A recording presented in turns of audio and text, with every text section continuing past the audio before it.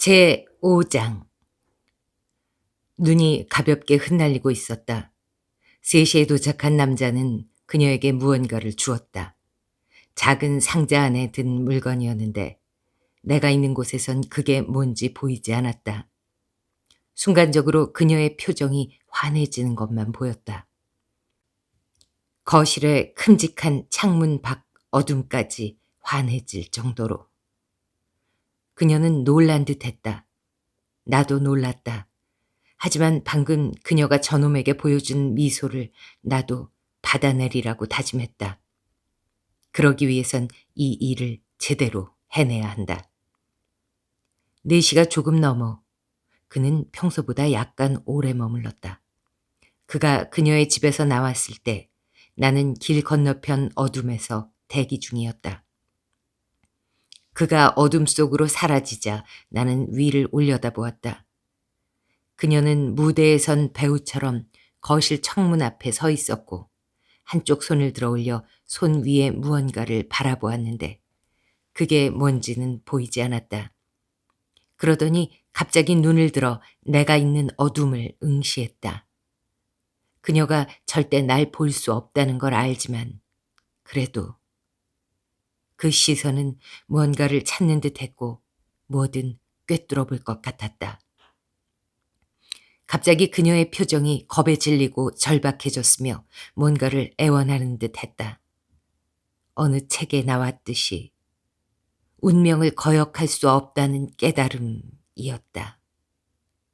어느 책이었는진 모르겠지만 난 코트 주머니 속에 권총을 꽉 쥐었다. 그녀가 창문에서 물러날 때까지 기다린 후에야 나는 어둠에서 나왔다. 얼른 길을 건넜다. 방금 내린 고운 눈에 놈의 발자국이 찍혀 있었다.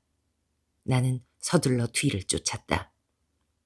다음 모퉁이를 돌자 놈의 등이 보였다. 당연히 난 몇 가지 가능성을 생각해 두었다. 어딘가에 그의 차가 주차돼 있을 수도 있다. 그렇다면 아마도 프롱네르의 뒷골목일 것이다.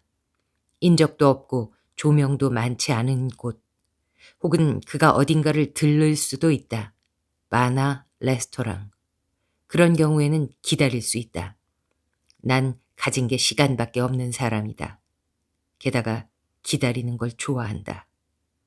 결정을 내린 후부터 그걸 실행에 옮기기 전까지의 시간이 좋다. 그 몇 분, 몇 시간, 며칠만이 아마도 짧게 끝날 이 삶에서 내가 유일하게 중요한 사람이 될 수 있는 때다. 누군가의 운명을 좌우할 수 있는 사람. 그가 버스나 택시를 탈 가능성도 있다.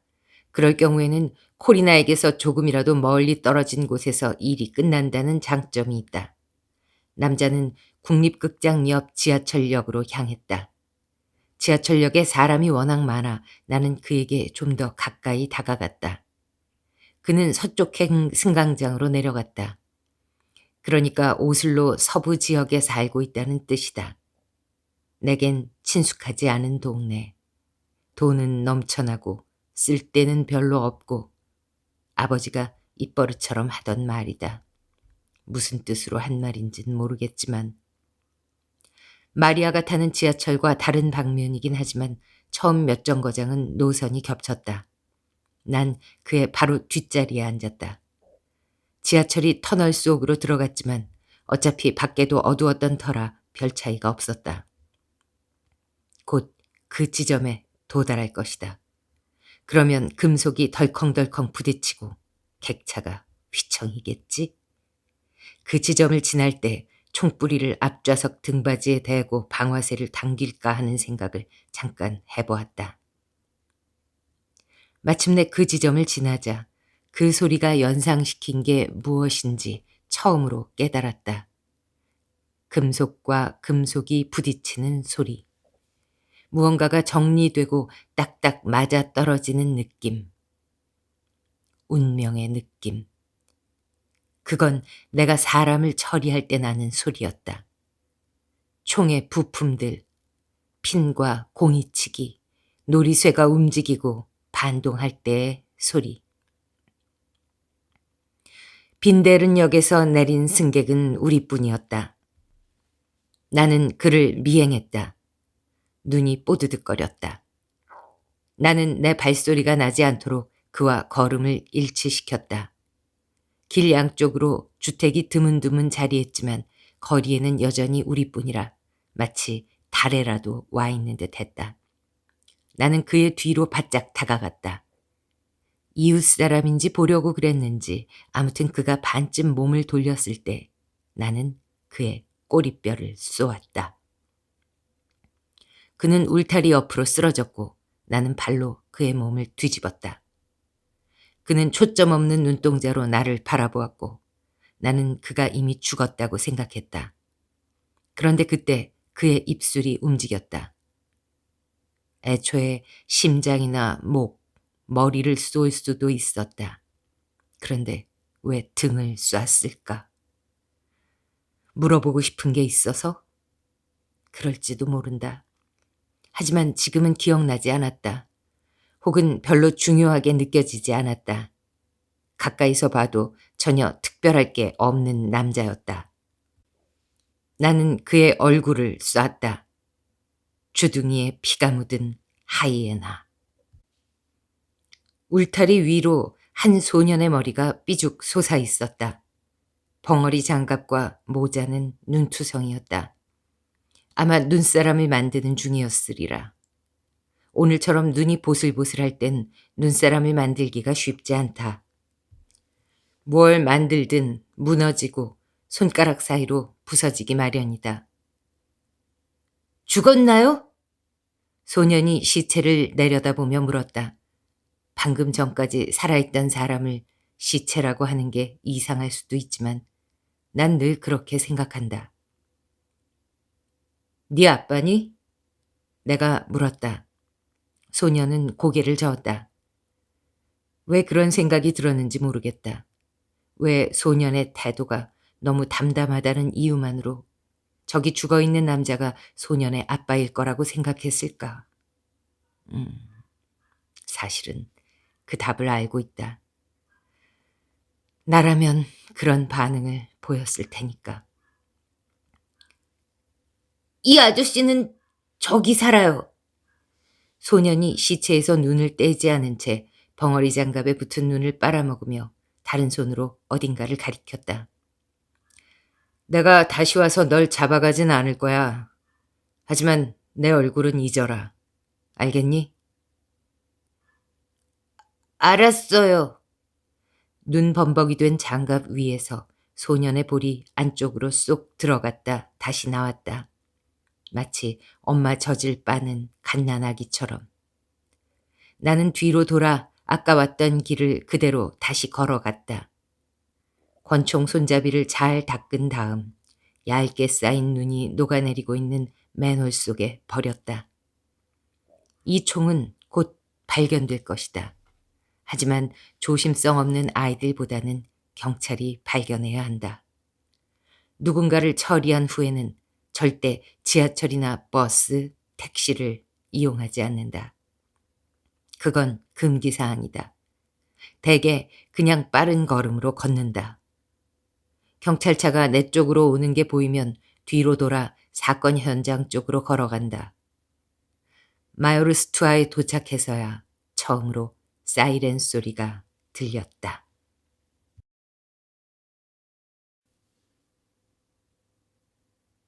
제6장. 불과 몇 주 전의 일이다. 나는 늘 그렇듯 슈퍼마켓 영업이 끝나는 시간에 슈퍼마켓 뒤쪽 주차장의 쓰레기통 옆에 숨어 기다리고 있었다. 부드러운 딸깍 소리와 함께 슈퍼마켓 뒷문이 열리고 다시 쾅 닫히는 소리가 들렸다. 마리아는 발을 절었기 때문에 발소리를 알아듣기 쉬웠다. 나는 좀 더 기다렸다가 그녀와 같은 방향으로 걸어갔다. 바로 그거다. 난 그녀를 따라가는 게 아니다. 우리의 목적지를 결정하는 사람은 당연히 그녀였고 그날 우리는 곧장 지하철로 가지 않았다. 꽃집에 들렀다가 아케르 교회의 공동묘지에 갔다. 묘지에는 아무도 없었고 난 그녀의 눈에 띄지 않도록 밖에서 기다렸다. 묘지에서 나오는 그녀의 손에서 노란 꽃다발이 사라지고 없었다. 그녀는 지하철역이 있는 키르케바이엔가 쪽으로 걸어갔고 나는 공동묘지로 들어갔다. 생긴 지 얼마 안 된, 하지만 이미 꽁꽁 얼어버린 무덤에 그녀의 꽃다발이 놓여 있었다. 번쩍거리고 멋진 묘비도 있었는데 눈에 익은 프랑스 이름이 새겨져 있었다. 그놈이었다. 마리아의 약쟁이 남자친구. 난 그가 죽은 줄도 몰랐다. 분명 아는 사람이 많지 않은 듯 했다. 정확한 사망 날짜 없이 그저 1975년 10월이라고만 적혀 있었다. 정확한 날짜를 모를 때는 대충 짐작으로 적어 넣는 줄 알았는데 아니었다. 그래서인지 그렇게 외로워 보이지 않았다. 이 눈 덮인 공동묘지에 다른 사람들과 함께 누워 있으니 덜 외로워 보였다. 남자를 해치우고 집으로 걸어가면서 이젠 마리아를 그만 따라다녀도 되겠다고 생각했다. 그녀는 안전했다. 그녀도 자기가 안전하다는 걸 알았으면 좋겠다. 그녀의 약쟁이 남자친구가 지하철에서 그녀 뒤에 서서 이렇게 속삭였으면 좋겠다. 내가 다시 와서 널 잡아가진 않을 거라고. 하지만 내 얼굴은 잊어달라고. 그래, 그랬으면 좋겠다. 난 이제 당신을 따라다니지 않을 거야, 마리아. 당신 인생은 지금부터 시작이야. 나는 보그스타바이엔가의 공중전화 앞에 멈춰서서 숨을 들이쉬었다. 이 전화 통화와 함께 내 인생도 시작되리라. 일단 다니엘 호프만에게서 벗어나야 한다. 그게 시작이다. 나머지는 확실하지 않았다. 보냈습니다. 내가 말했다. 잘했어. 사모님 말고 놈을요. 뭐라고? 그 애인이라고 하는 놈을 보냈습니다. 통화할 때 우리는 늘 보냈다라는 표현을 쓴다. 혹시라도 누가 우리 통화를 도청하거나 엿들을 경우를 대비해서였다. 다시는 그놈을 볼 일이 없을 겁니다, 어르신. 그리고 두 사람은 진짜 연인 사이도 아니었습니다. 놈이 사모님께 강요한 거죠. 사모님은 그놈을 사랑하지 않은 게 분명합니다, 어르신. 나는 빠르게 말했다. 평소보다 빠르게. 그러자 오랫동안 침묵이 흘렀다. 다니엘 호프만이 코로 씩씩거리는 소리가 들렸다. 말이 코를 푸르릉거리는 듯한 소리였다. 네가 베냐민을 죽였다고! 전화를 하지 말았어야 했다. 네가 하나밖에 없는 내 아들을 죽여! 뇌가 음파를 기록하면서 해석하고 그걸 단어로 번역하더니 그제야 분석을 시작했다. 아들이라고? 어떻게 그럴 수가 있지? 머릿속에서 어떤 생각이 떠오르기 시작했다. 놈이 신발을 벗어던지던 방식, 마치 그 집에 여러 번 와봤다는 듯이, 마치 예전에 거기 살았다는 듯이. 나는 전화를 끊었다. 코리나 호프만은 겁에 질린 눈으로 날 바라봤다. 아까와는 다른 옷을 입고 있었고 머리는 아직 젖어 있었다. 지금이 5시 5분이니 아마 전에도 그랬듯 남편이 오기 전에 애인의 흔적을 모두 지우기 위해 샤워했을 것이다.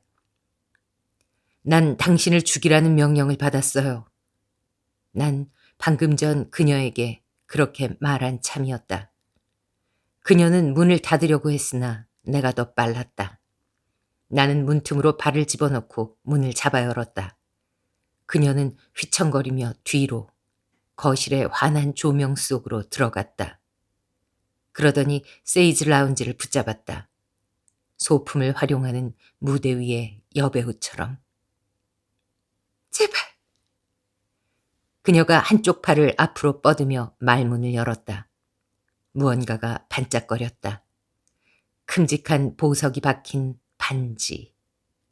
전에는 본 적이 없었다. 나는 앞으로 한 발짝 다가갔다. 그녀는 큰 소리로 비명을 지르더니 테이블 램프를 붙잡아 내게 휘둘렀다. 난 뜻밖의 기습에 너무 놀라 간신히 몸을 숙였고 미친 듯이 팔을 휘둘러대는 그녀의 공격을 피했다. 힘과 가속도 때문에 그녀는 금세 균형을 잃었고 난 그녀를 붙잡았다. 손바닥에 그녀의 축축한 살갗이 느껴지고 진한 향기가 코를 찔렀다. 뭘로 샤워를 한 거지? 나는 그녀를 꼭 껴안았고 그녀의 가쁜 호흡을 느꼈다. 맙소사. 이 자리에서 당장 그녀를 갖고 싶었다. 하지만 안 돼. 난 그놈과 달라. 그들과 다르다고. 당신을 죽이러 온 게 아니에요, 코리나. 내가 그녀의 머리카락에 대고 속삭였다. 나는 그녀를 들이마셨다. 마치 아편을 피우는 기분이었다. 몸이 무감각해지면서 동시에 모든 감각이 떨렸다. 당신에게 남자가 있다는 걸 다니엘이 알고 있어요. 베냐민, 이제 그자는 죽었어요. 베냐민이 죽었다고요? 그래요. 당신이 여기 있으면 다니엘이 당신도 죽일 겁니다. 그러니까 나와 함께 가야 해요, 코리나. 그녀는 혼란스러운 표정으로 눈을 깜빡였다. 어디로요? 놀라운 대답이었다. 나는 왜? 당신 누구야? 혹은 거짓말 같은 대답을 예상했다. 아마 내 말이 사실이라는 걸, 지금이 긴박한 상황이라는 걸 그녀도 본능적으로 깨달았을 것이다. 그래서 곧장 요점을 물었을 것이다. 혹은 너무 혼란스럽고 자포자기한 상태여서 머릿속에 맨 먼저 떠오른 생각을 툭 내뱉었을 수도 있다. 어디로요? 방 뒤에 방으로요. 내가 말했다. 제 7장. 그녀는 내 집의 유일한 안락의자에 몸을 동그랗게 웅크리고 앉아 날 바라보았다. 그러고 있으니 한층 더 아름다웠다. 겁에 질리고 연약하고 홀로 있는 모습이. 나에게 의지하는 모습이. 난 쓸데없이 이런저런 설명을 늘어놓았다. 우리 집은 그렇게 자랑할 만한 집은 아니다. 기본적으로 거실과 침대만 있는 그냥 원룸이다.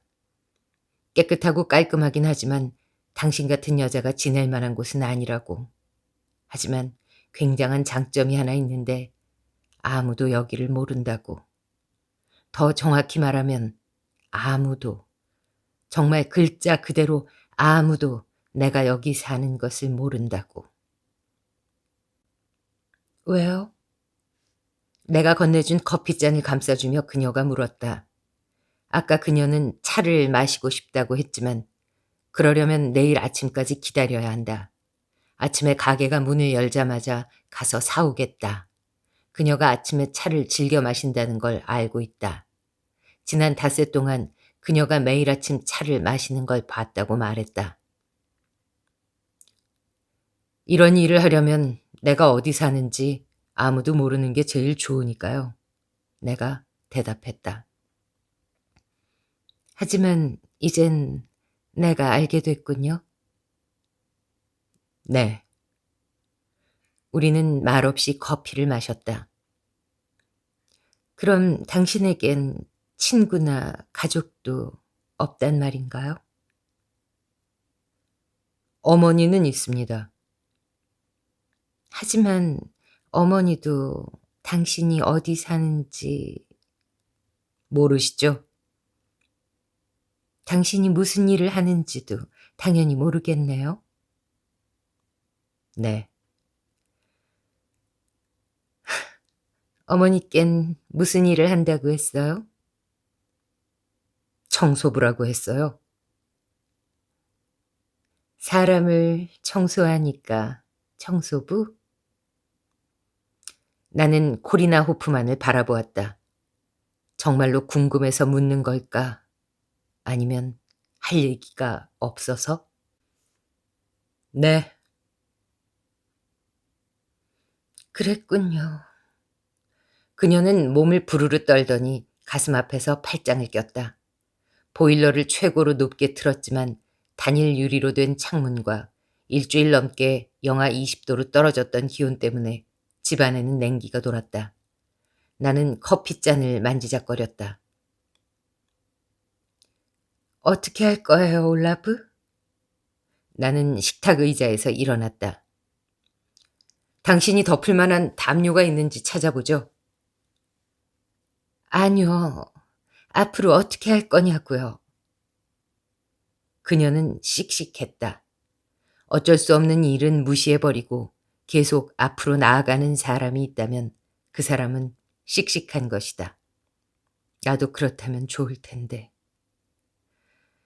그이가 날 뒤쫓을 거예요. 우리를요. 영원히 여기 숨어 있을 순 없어요. 그인 영원히 우릴 뒤쫓을 테니까요. 내 말 믿어요. 난 그 일을 알아요. 그렇게 수치스럽게 사느니 차라리 죽을 사람이죠. 나는 뻔한 질문을 하고 싶었다. 그걸 알면서 왜 그의 아들과 바람을 피운 거죠? 하지만 대신 덜 뻔한 질문을 했다. 수치심 때문에 죽는다고요? 당신을 사랑해서가 아니고? 그녀는 고개를 끄덕였다. 말하자면 길어요. 시간은 충분합니다. 보다시피 이 집에는 텔레비전도 없고요. 그녀가 웃었다. 나는 아직 담요를 가져오지 않았다. 또한 묻고 싶어서 입이 근질근질한 질문도 하지 않았다. 그를 사랑했나요? 그 아들을? 올라브? 네? 그녀가 목소리를 낮췄다. 왜 날 구해준 거죠? 나는 숨을 깊이 들이쉬었다. 이 질문의 대답을 미리 준비해 두었다. 그것도 첫 번째 대답이 먹히지 않을 경우를 대비해 여러 개나. 그랬다고 생각했는데 그 순간 모든 대답이 사라져버렸다. 잘못됐으니까요. 뭐가요? 그가 하려는 일이요. 자기 아내를 죽이려는 일. 만약 당신 부인이 당신 집에서 다른 남자를 만나고 있다면 당신은 어떻게 할 건데요? 정곡을 찌르는 질문이었다. 당신은 심성이 착한 것 같아요, 올라브. 요즘에는 착한 심성이 영 돈벌이가 안 되죠. 아니요, 그렇지 않아요. 심성이 착한 사람은 흔치 않아요. 그리고 늘 필요한 존재고요. 당신은 흔치 않은 사람이에요, 올라브. 잘 모르겠네요. 그녀는 하품을 하더니 기지개를 켰다. 고양이처럼 유연하게. 고양이는 어깨가 정말로 유연해서 어디든 일단 머리만 집어넣을 수 있으면 몸 전체가 다 빠져나갈 수 있다. 사냥의 유용한 특징이다. 도망치는데도. 당신이 담요를 찾아오면 좀 자야겠어요.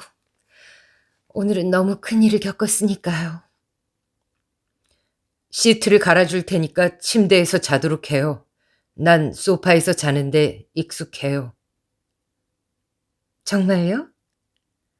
그녀가 미소를 지으면서 커다랗고 푸른 눈으로 윙크를 했다. 그렇다면 이 집에서 자고 간 사람이 내가 처음이 아니라는 뜻인가요? 아니요. 당신이 처음이에요. 그게 아니라 가끔씩 소파에서 뭔가를 읽다가 그대로 잠들어 버리거든요. 뭘 읽는데요? 별거 아니에요. 그냥 책이죠. 책? 그녀는 고개를 갸웃하더니 짓궂은 미소를 지었다. 마치 그게 거짓말이라는 증거라도 잡았다는 듯이. 하지만 이 집의 책은 딱 한 권뿐인데요. 도서관에서 빌려봐요. 책은 자리를 차지하니까. 게다가 난 짐을 줄이는 중이라서요. 그녀는 테이블에 놓인 책을 집어들었다. 레미제라블? 무슨 내용이에요? 아주 많은 것에 대한 이야기죠. 그녀의 한쪽 눈썹이 올라갔다. 가장 큰 줄거리는 한 남자가 자신이 지은 죄를 용서받으려고 한다는 겁니다. 그는 좋은 사람이 돼 자신의 과거를 보상하며 여생을 보내죠. 음, 그녀는 책을 들어 무게를 가늠해 보았다. 꽤 무겁네요. 이 안에 로맨스도 있나요? 네. 그녀는 책을 내려놓았다. 앞으로 어떻게 할 건지 아직 말 안 했어요, 올라브. 앞으로 우리가 할 일은 다니엘 호프만이 우리를 처리하기 전에 우리가 먼저 그를 처리하는 겁니다. 머릿속에서 처음 이 문장을 작성했을 때는 바보같이 들렸다. 그리고 입 밖으로 내서 말하는 지금도 여전히 바보같이 들렸다. 제 8장. 이튿날 아침 나는 일찌감치 호텔로 갔다. 하지만 호프만의 아파트를 마주보는 방 2개는 이미 다른 손님이 투숙 중이었다. 할 수 없이 이른 아침에 어둠에 잠긴 호텔 앞 도로에 서 있었다. 주차된 밴 뒤에 숨어 호프만의 집을 올려다보았다. 기다렸다. 코트 주머니 속에 권총을 꽉 쥐었다. 그는 보통 이 시간에 출근한다. 물론 지금은 보통 때가 아니지만. 거실에 불이 켜졌지만 누가 있는지는 전혀 보이지 않았다. 내가 코리나를 데리고 도망쳐 코펜하겐이나 암스테르담의 호텔에 숨어있는 일은 없으리라는 걸 호프만도 알 것이다. 첫째로 그건 내 방식이 아니고 어차피 내겐 그럴 돈도 없었으며 호프만도 그 사실을 알고 있었다. 이번 일을 맡을 때 내가 선수금을 달라고 했기 때문이다. 그는 왜 돈이 없느냐고 물었다. 내가 앞서 2건의 일을 해치우고 보수를 받은 직후였기 때문이다. 나는 그냥 씀씀이가 커서 그렇다고 둘러댔다. 만약 호프만이 내가 아직 오슬로에 있으리라고 짐작했다면 그 다음 사실도 짐작했을 것이다. 내가 그에게 당하기 전에 먼저 공격하리라는 것. 우리는 서로를 잘 알고 있었다. 하지만 상대를 좀 안다고 생각하는 것과 확실히 아는 것은 별개이고 예전에 내 생각이 틀린 적도 있었다. 그러니 어쩌면 저 집에는 호프만 혼자 있을지도 모른다. 그렇다면 그가 건물에서 나올 때가 가장 좋은 기회다. 그의 뒤로 출입문의 잠금 장치가 딸칵 잠기며 그가 다시 건물 안으로 들어갈 수 없을 때 나는 길을 건너가 5미터쯤 떨어진 지점에서 그의 상체에 2발을 발사한다. 그런 다음 근거리에서 머리에 다시 2발. 꿈도 야무지지. 문이 열렸다. 호프만이 보였다. 그리고 브린힐센과 피네도. 브린 힐스에는 개털로 만든 듯한 부분 가발에 연필로 그린 것처럼 가느다란 아치 모양의 콧수염을 길렀다. 피네는 여름이고 겨울이고 할 것 없이 1년 내내 입고 다니는 캐러멜 브라운색 가죽 재킷에 작은 모자를 쓰고 귓등에 담배 한 개삐를 꽂고 있었다. 그의 입은 쉴 새 없이 움직였는데 가끔씩 몇몇 단어들이 길 너머까지 들렸다. 존나 춥네와 그 개새끼. 호프만은 건물 출입문 안쪽에 서 있었고 그의 2마리 전투견은 보도로 나와 재킷 주머니에 손을 깊숙이 찔러 넣은 채 거리를 위아래로 살펴보았다. 그러더니 호프만에게 나와도 된다고 손짓하고 차가 있는 쪽으로 걸어가기 시작했다. 나는 몸을 움츠린 채 반대 방향으로 걸어갔다. 괜찮다. 아까도 말했듯이 그건 야무진 꿈이었다. 이제 적어도 하나는 알게 되었다. 내가 이 상황을 어떻게 해결하려는지. 즉, 내가 죽느니 그를 죽이기로 했다는 걸 호프만도 짐작하고 있다는 것. 어쨌든 다시 원래 계획으로 돌아가야 한다. 내가 차선책부터 시도한 이유는 원래 계획에서 마음에 드는 구석이 하나도 없기 때문이다. 제9장. 나는 영화를 좋아한다. 독서만큼은 아니지만 좋은 영화도 책과 비슷한 기능이 있는데 사물을 다른 시각으로 보게 한다는 것이다. 하지만 지금까지 어떤 영화도 싸움에 대한 내 철학을 바꾸지는 못했다. 내 편이 많고 무기가 많을수록 싸움에서 이긴다는 철학. 한 사람이 여러 명과 싸울 때 양쪽 다 단단히 무장하고 잘 대비했다면 혼자 싸우는 사람이 반드시 지게 돼 있다. 기관총을 가진 쪽이 있다면 무조건 그쪽이 이긴다. 그것이 내가 개고생을 하며 얻은 깨달음이기에 나는 그게 사실이 아닌 척하며 혼자 싸울 생각이 추호도 없었다. 그건 어디까지나 사실이니까. 그래서 난 뱃사람을 찾아갔다. 뱃사람은 앞서도 말했듯이 다니엘 호프만과 함께 오슬로 헤로인 시장의 양대 거물이다. 그다지 큰 시장은 아니지만 헤로인이 주요 상품이고 손님들은 기꺼이 돈을 지불하고 가격이 비싸기 때문에 수익이 엄청났다. 이 모든 것은 러시아 루트 혹은 북부 수입로를 확보하면서 시작됐다.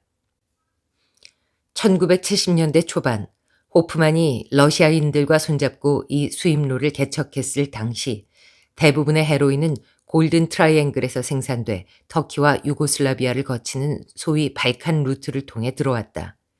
당시 호프만 밑에서 포주로 일했던 피네의 말로는 매춘부들의 90%가 헤로인을 상용했기 때문에 보수를 헤로인으로 지급하든 돈으로 지급하든 상관없었다고 한다.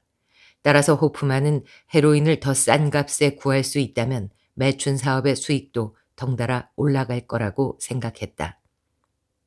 더 싼 헤로인은 남쪽이 아니라 북쪽에서 찾아냈다.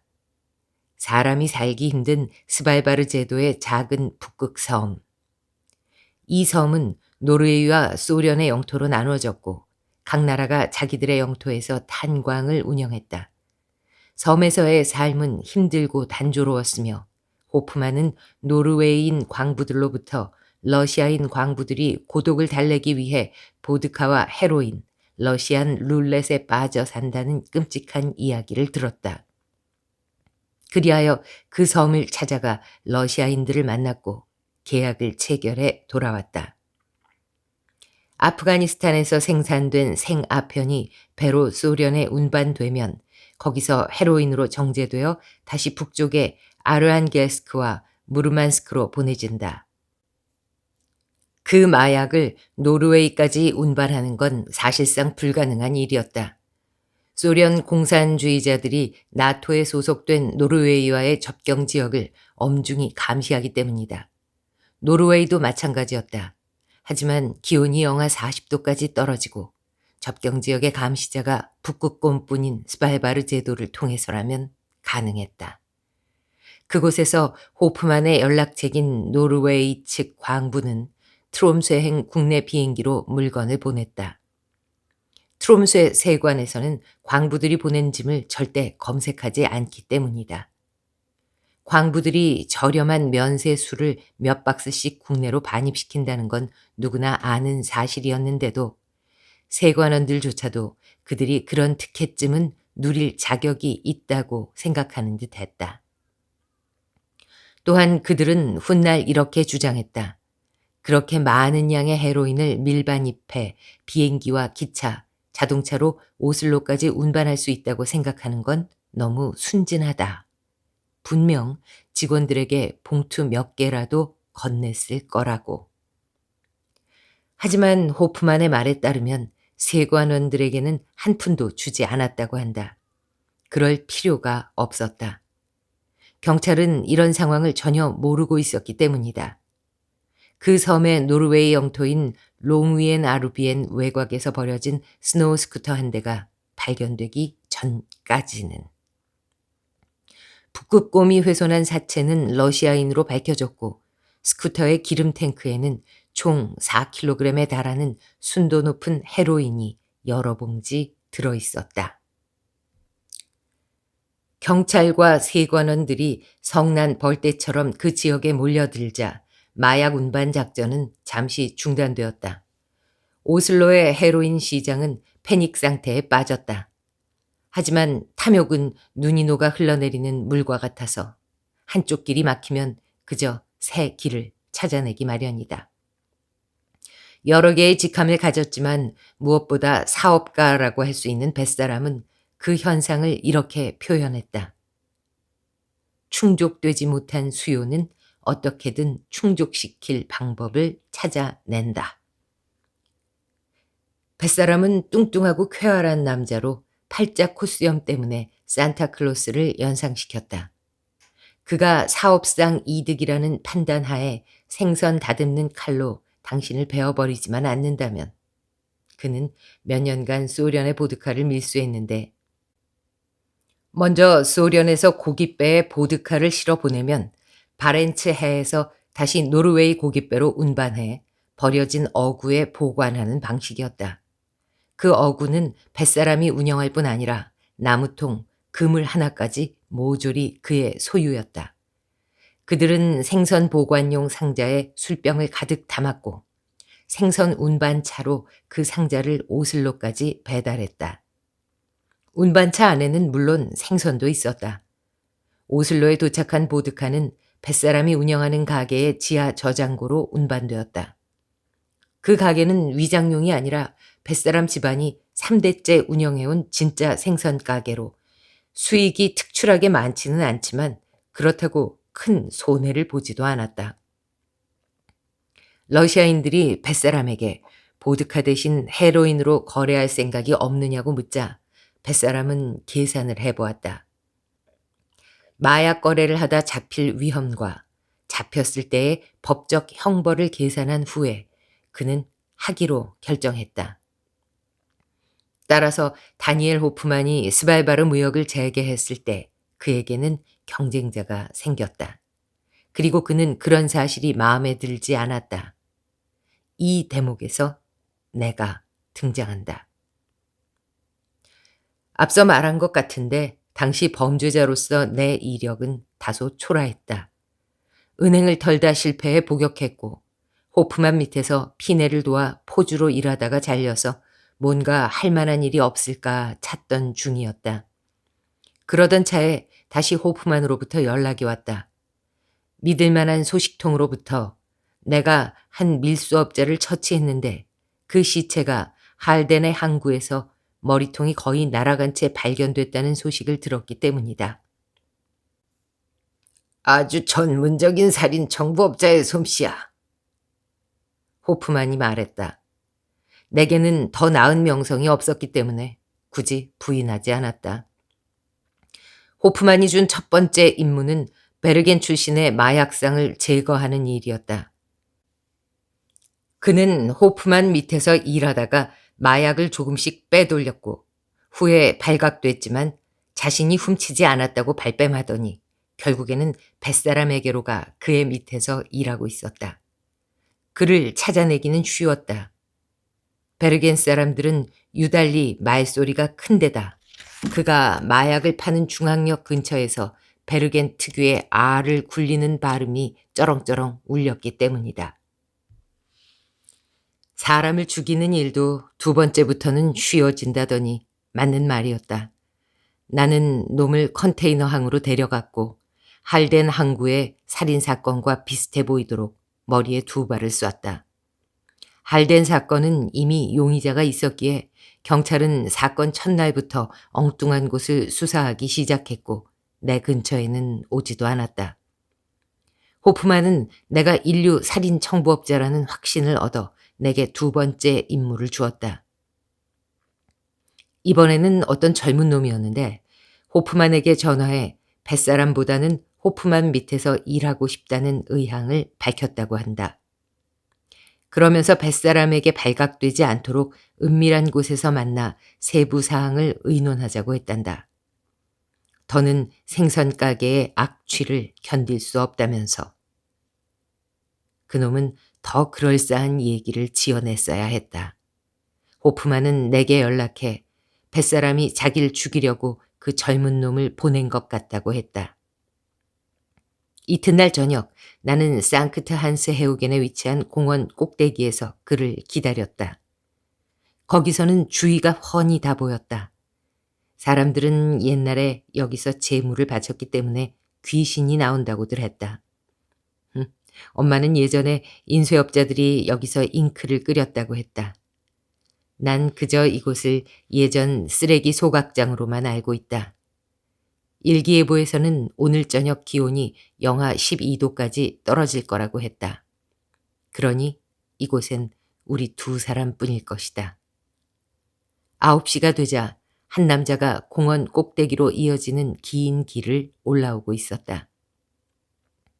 그가 꼭대기에 도달했을 때 추운 날씨인데도 이마가 땀으로 번들거렸다. 일찍 왔군. 내가 말했다. 넌 누구야? 그가 머플러로 이마를 닦으며 물었다. 호프만은 어디 있지?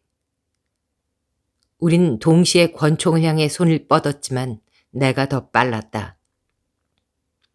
나는 그의 가슴과 팔꿈치 바로 위를 맞췄다.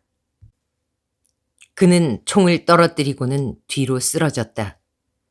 눈 위에 누운 채 눈을 깜빡거리며 날 올려다보았다. 난 그의 가슴에 총구를 댔다. 얼마나 받았지?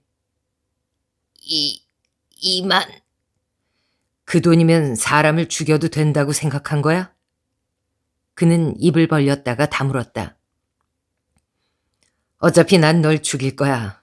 그러니까 괜히 똑똑한 대답을 생각해내려고 머리 굴릴 거 없어. 딸린 애가 넷인데 겨우 방 2개짜리 아파트에 살고 있어. 보수를 선불로 받았길. 나는 그렇게 말하고 총을 쐈다. 그는 신음했지만 그대로 누워 눈을 껌뻑거렸다. 난 그의 코트 앞면에 뚫린 2개의 총알구멍을 바라보았다. 그러고는 단추가 우두둑 뜯어질 정도로 코트를 양옆으로 잡아 벌렸다. 그는 흉갑을 입고 있었다. 방탄조끼가 아니라 연병할 쇠사슬로 만든 흉갑. 고대 바이킹들처럼. 적어도 스놀리 스툴리손이 쓴 왕들의 이야기에 나온 사파 속 바이킹들은 그랬다. 어릴 때 도서관에서 그 책을 얼마나 자주 빌렸는지 나중에는 더 이상 대출해주질 않았다. 쇠사슬. 그가 언덕을 올라올 때 땀을 뻘뻘 흘린 게 당연했다. 이게 뭐야? 아내가 만들어줬어. 연극용으로. 성 올라부가 주인공인 연극. 성 올라부는 1015년부터 1028년까지 노르웨이를 지배했던 바이킹 왕으로 노르웨이 국민을 카톨릭으로 개종시켰기 때문에 사후에 성 올라브로 불린다고 합니다. 나는 손끝으로 금속 고리를 훑어내렸다. 고리는 서로 촘촘히 엮여 있었다. 이 고리가 몇 개나 될까? 2만? 4만? 아내가 이걸 꼭 입고 나가라고 해서. 신앙심이 독실한 왕이 살해되는 연극을 위해 만든 흉갑. 나는 총구를 그의 이마에 댔다. 그대는 저 개의 흉갑이 없는 부분을 공격하라. 스노리 스툴리손, 올라브 왕이 전투 중에 한 말. 맞았어. 나는 그의 말을 자르고 방아쇠를 잡아당겼다. 그의 지갑 속에는 50크로네, 아내와 네 아이들을 찍은 사진 한 장, 이름과 주소가 적힌 신분증이 들어있었다. 베르겐 남자와 흉갑을 입은 남자, 그리고 최근에 부둣가에서 죽인 남자. 이 세 사람 때문에 난 뱃사람을 피해 다닐 수밖에 없었다. 이튿날 아침 일찍 난 뱃사람의 가게로 갔다. 융스토르게에 있는 아일레르센과 아들들이라는 이름의 생선 가게는 묠레르가 19번지의 경찰서에서 엎드리면 코닿을 거리였다. 소문에 의하면 뱃사람이 보드카를 밀수하던 시절에는 경찰이 그의 단골이었다고 한다. 살을 애는 듯한 칼바람에 어깨를 움츠린 채 나는 자갈밭을 가로질러 갔다. 이제 막 문을 연 시간이었는데도 가게는 손님들로 복잡거렸다. 가끔은 뱃사람이 직접 손님들을 상대하기도 한다는데 오늘은 아니었다. 카운터의 여직원들은 계속 손님을 응대했는데 젊은 남자 직원은 날 보더니 반회전문을 통과해 가게 뒤로 사라졌다. 나를 노려봤던 걸로 보아 그저 생선을 자르고 무게를 달고 포장하는 일만 하는 사람은 아닌 것 같았다. 잠시 후 주인이 나왔다. 뱃사람. 머리부터 발끝까지 하얀색이었다. 하얀색 앞치마와 모자. 심지어 하얀색 클로그 샌들을 신고 있었다. 수영장에서 일하는 망할 놈의 인명 구조원처럼. 그는 카운터를 돌아 내게 다가왔다. 불룩 나온 배 위의 앞치마에 손을 닦았다. 그러고는 아직도 문짝이 앞뒤로 움직이고 있는 반회전문을 향해 고갯짓을 했다. 문 사이로 틈이 생길 때마다 깡마르고 눈에 익은 형체가 보였다. 클라인이라 불리는 남자였다. 그 이름이 작다라는 뜻의 독일어에서 왔는지 아니면 아프다라는 뜻의 노르웨이어에서 왔는지는 모르겠다. 그게 진짜 이름인지도 의심스럽다. 아마 셋 다일 것이다. 반회전문이 벌어질 때마다 그의 생기없고 새까만 눈과 마주쳤다. 총신을 잘라낸 산탄총이 그의 발치까지 내려와 있는 것도 보였다. 주머니 근처로 손을 가져가지 않는 게 좋을 거야. 뱃사람이 산타크로스처럼 씩 웃으며 나직이 말했다. 여기서 살아나가고 싶다면. 난 고개를 끄덕였다. 우린 크리스마스용 대구를 파느라 바빠 젊으니. 그러니 용건이 있으면 빨리 말하고 꺼져. 경쟁자를 제거하도록 도와줄 수 있습니다. 자네가? 네, 제가요. 배신자로는 안 봤는데 젊은이? 그가 날 이름이 아니라 젊은이라고 부르는 건 내 이름을 몰라서일 수도 있고 날 무시하고 싶어서일 수도 있고 자기가 나에 대해 얼마나 아는지 조금이라도 안다면 알려줄 이유가 없다고 생각해서일 수도 있다. 아마 세 번째 이유일 것이다. 가게 뒤로 가서 얘기할 수 있을까요? 여기서 해도 괜찮아. 듣는 사람 아무도 없어.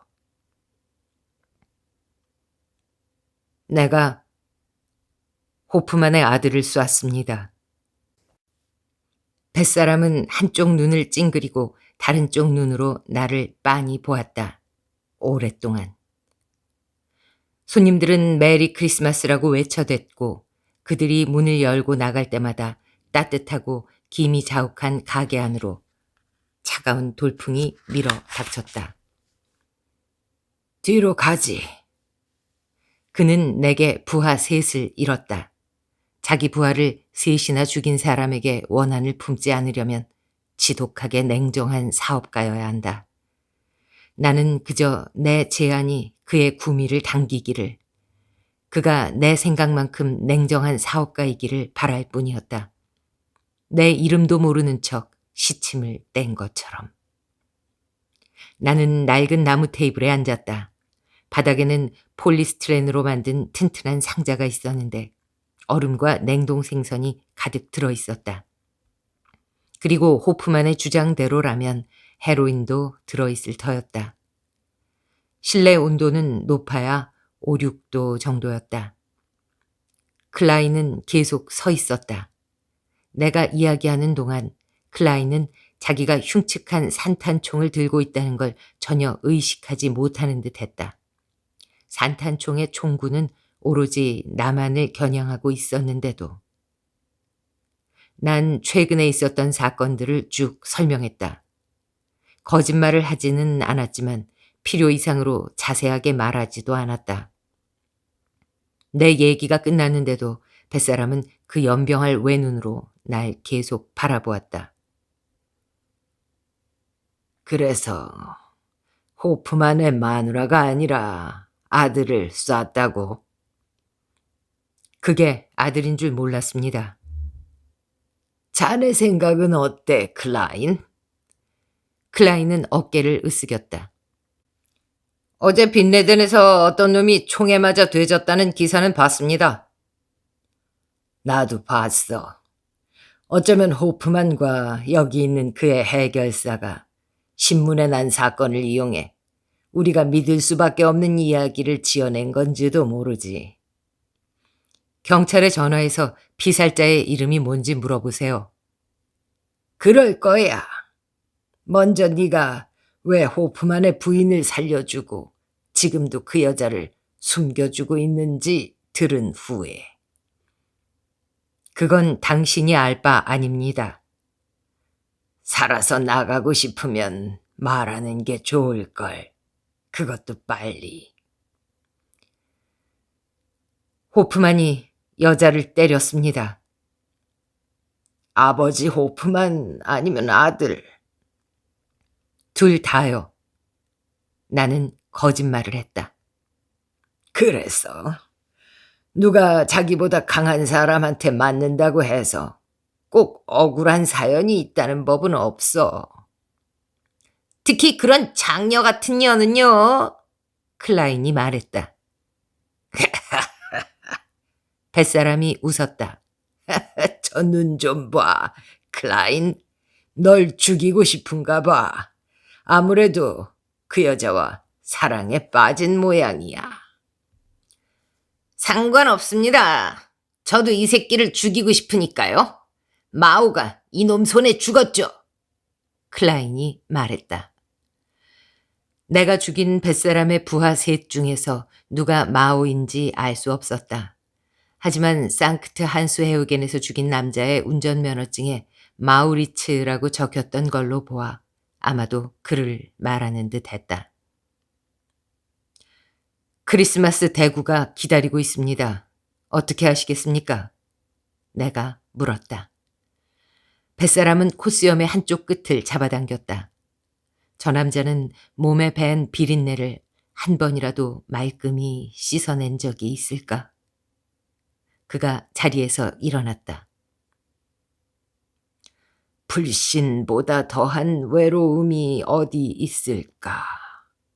이게 무슨 뜻인지 아나, 젊은이? 나는 고개를 저었다. 모르겠지. 그 베르겐 친구도 우리에게 처음 왔을 때 모른다고 했어. 또 자네에 대해 말하길 자넨 너무 모자라서 마약상으로도 일할 수 없다고 했지. 2 더하기 2도 모른다고. 클라인이 킥킥 웃었다. 나는 잠자코 있었다. 시인인 T.S. 엘리엇이 한 말이라네, 젊은이. 뱃사람은 한숨을 내쉬었다. 의심하는 자가 얼마나 외로운지 표현한 거야. 모든 리더는 언젠가 그런 외로움에 시달리기 마련이지. 정말이야. 그리고 수많은 남편들도 살면서 한 번쯤은 그런 외로움을 느끼고. 하지만 대부분의 아버지는 거기서 벗어나게 되지. 호프만은 3가지 형태로 그 외로움을 맛봤겠군. 자기 해결사, 부인, 아들한테서. 이건 뭐 그가 불쌍해질 지경이야. 그는 반회전문으로 걸어가더니 문짝에 달린 둥근 창 너머로 가게 안을 바라보았다. 원하는 게 뭐지? 가장 실력 있는 사람으로 2명만 주세요. 우리에게 무슨 군대라도 있는 것처럼 말하는군, 젊은이. 호프만도 대비하고 있을 겁니다. 정말인가? 자기가 자네를 쫓는다고 생각하는 게 아니라? 호프만은 절 잘 압니다. 뱃사람은 마치 콧수염을 뽑기라도 하려는 듯이 세게 잡아당겼다. 클라인과 덴마크를 데려가게. 그러지 말고 덴마크와 클라인과 덴마크. 나는 고개를 끄덕였다. 뱃사람은 다시 나를 가게로 안내했다. 나는 가게 출입문에 다가가 유리 안쪽에 서린 김을 닦았다. 오페라 파사인 옆에 한 남자가 서 있었다. 내가 이 가게에 왔을 때는 없었던 사람이다. 저 남자가 눈을 맞으며 저기 서 있는 데는 수백 가지 이유가 있을 수 있다. 연락할 수 있는 전화번호가 없습니다. 내가 말했다. 만날 일이 있으면 내 쪽에서 연락하죠. 가게에 뒷문이 있나요? 뒷길을 통해 집으로 가면서 나는 그다지 나쁘지 않은 거래였다고 생각했다. 내 편이 2이나 생겼고 난 아직 살아있으며 새로운 사실도 배웠다. 불신의 외로움을 표현한 그 문장을 시인인 T.S. 엘리엇이 썼다는 사실. 난 지금까지 그 여자 작가가 쓴 줄 알았다. 이름이 뭐였더라? 조지 엘리엇? 상처받아? 그는 절대 상처받지 않아. 다른 사람한테 상처를 주려고 태어난 사람이니까. 그렇다고 내가 시인을 믿는 건 아니다. 귀신을 믿지 않듯이.